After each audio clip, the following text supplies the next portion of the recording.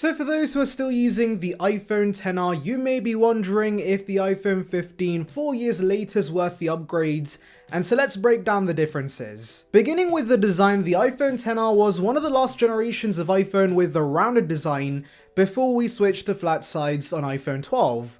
And I can't lie, I do miss this. The flat sides sure do look nice, but practically speaking your hands aren't made to hold things with sharp edges for hours on end, and so it's frankly refreshing to go back to the iPhone XR. But of course, while the 15's not as comfortable in the hand, the slightly rounded design here does make a massive difference, and it's a lot better than the iPhone 12, 13, and 14. And by the way, would like to remind you guys, like this video and subscribe for more content like this, it would be appreciated.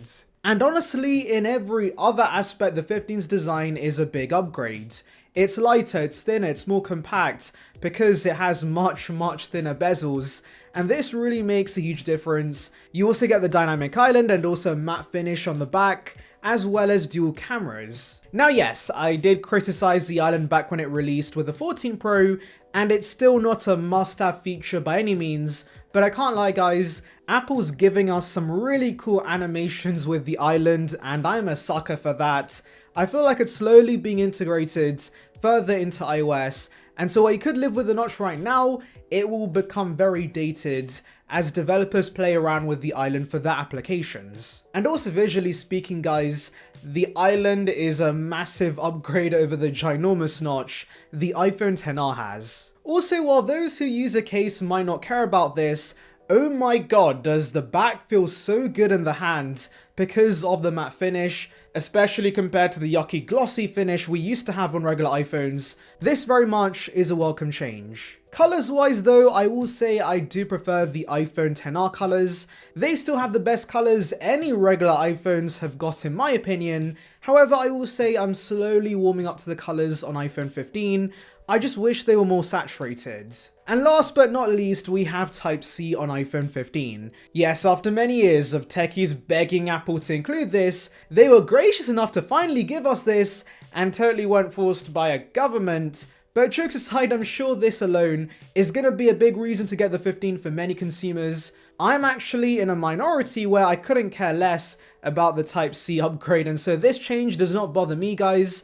But also I know there's only 5 of us who actually were fine with the Lightning port, so thank you Apple for finally giving us this. Materials wise, there's really only one difference, which is ceramic shields, which is basically fancy jargon for slightly more durable glass, but both have aluminium on the sides, which seems to be the superior material choice after seeing how many issues people have been having with the titanium chassis on the Pros. I will say the much lighter and thinner body with the 15 makes a massive difference. The XR low-key feels like my 14 Pro Max in terms of heft and size, which is weird because it's a 6.1 inch device, and so I'm glad there's been a massive reduction in the weight and size. iPhone 15 is slightly more water resistant since it does support IP68 compared to IP67 on the XR. Moving on to the display, this is undoubtedly the biggest upgrade going from XR to 15 because for one, we get slimmer bezels. It's crazy we used to think these bezels were fine, but yes, you're immediately going to appreciate how much better the 15 looks.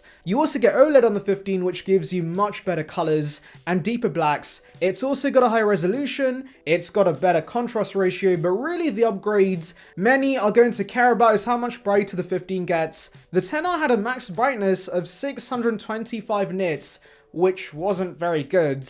I mean, it's usable indoors of course, but outdoors it absolutely struggled. And so 1000 nits of brightness for typical usage, 1600 nits for HDR content, and a whopping 2000 nits of brightness outdoors is a game changer with the 15. We had this last year on the 14 Pro and it finally makes iPhone displays viewable in sunlight. Performance wise, you do have the A16 Bionic in the iPhone 15, which isn't actually a new SoC because it's the exact same chip from iPhone 14 Pro. I kinda hate this new trend of the regular phones getting last year's chip, but anyways, this is an upgrade over the A12 on paper and it does feel slightly faster in terms of regular usage. However, if I'm gonna be honest guys, they're surprisingly not that big of a difference. I think because of the optimization of iOS, you could probably use the XR alongside the 15 and in terms of regular usage, you might only see a difference if you push the 10R by playing more graphic intensive games like Genshin Impact, but for regular games I play like Subway Surf, I really saw no difference. Both are very solid. iPhone XR does have less RAM compared to the 15, it's 3 gigs versus 6 gigs, and this is where you do pick up on a big difference because the XR tends to not keep many things in the background. Moving on to the camera with the 15, there is an upgrade in every aspect of the camera experience.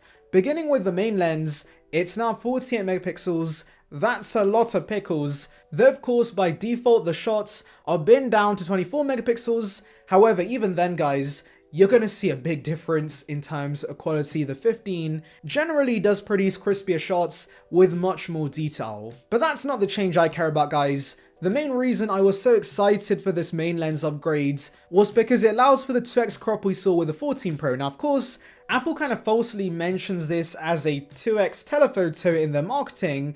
I see what you're doing, Timothy, that's a little cheeky, I can't lie, but at the same time, this actually is as good as a telephoto lens, and so if you're going to be zooming into things pretty often, you have to get the 15. Also, since the iPhone XR came out 5 years ago, the 15 does have a lot of new camera features from previous iPhone models like sensor shift stabilization, cinematic mode HDR video recording, photographic styles, photonic engine, quick take mode, audio zoom, action mode, and also night mode, because yes, the XR did not get night modes, and so these are all nice to have features. I will say Smart HDR5 fixes everything that went wrong with Smart HDR4 for the last 2 years, because with the 14 and the 13, we were getting over-processed photos that would sometimes look like hot garbage, and thankfully I see less of that with the 15, which is absolutely great news. Now the XR was the first and last regular iPhone to come with one lens on the back, and so of course having a second lens in the first place on the 15 is a big upgrade,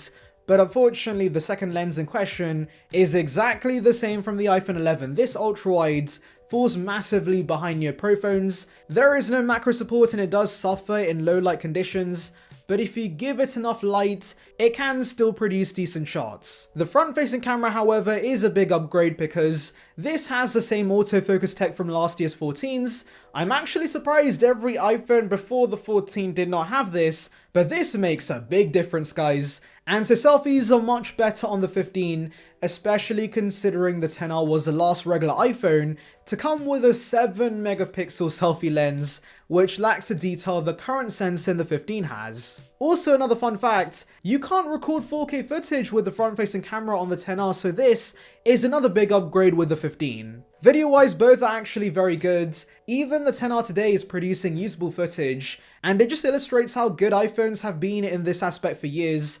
And really, the main advantage with the 15 is the 2x crop, so if you want to zoom into things, it looks a lot better on the 15. Also something I've come to appreciate are next-gen portraits. Now of course, unlike the XR, you can take a portrait mode of any object, and you're not restricted to humans, but the big upgrade here is that the 15 does automatically collect the data the phone needs for portraits, and so you can now turn most photos into portrait in post, and that is super clutch. Now connectivity wise, we also get big upgrades here with iPhone 15 because you for one get the superior Qualcomm modem that packs 5G, because yes, the XR is 4G only, but generally Wi-Fi and 5G performance is a lot more stable on the 15 because the Intel modems were a bit iffy with older iPhones. You also get the U2 chip in the 15, which comes in handy for features like precision finding for Find My Friends. There's also Bluetooth 5.3 in the 15, which is an upgrade over Bluetooth 5 in the XR, but I'll be honest guys, I haven't seen much of a difference in this aspect. Though Wi-Fi 6 on the 15 is a nice upgrade over Wi-Fi 5 on the XR. Also, I do want to mention, if you want the peace of mind, iPhone 15 does offer emergency SOS via satellite and also crash detection, so those are nice to have features. Now if you're wondering if Face ID is any faster on the 15 because of the island, no, that's not the case. Both are very similar in this aspect. However, mics and speakers do sound a little better on the 15, and here's a sample for you guys right now.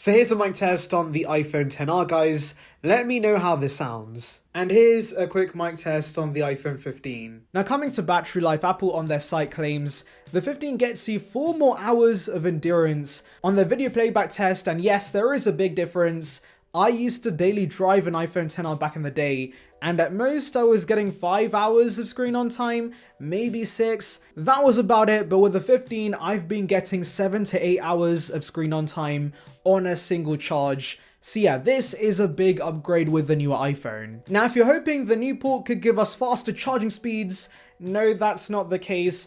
Both of these charge up to 50% in 30 minutes. And if I'm being honest, I'm not too fussed about the lack of charging speed upgrades because the 15 gets you through the day pretty easily, and so you're likely going to be charging overnight most of the time anyways. A big difference in terms of charging, however, is the lack of MagSafe on the XR. This I did very much miss not having because I have very much become invested in the MagSafe ecosystem.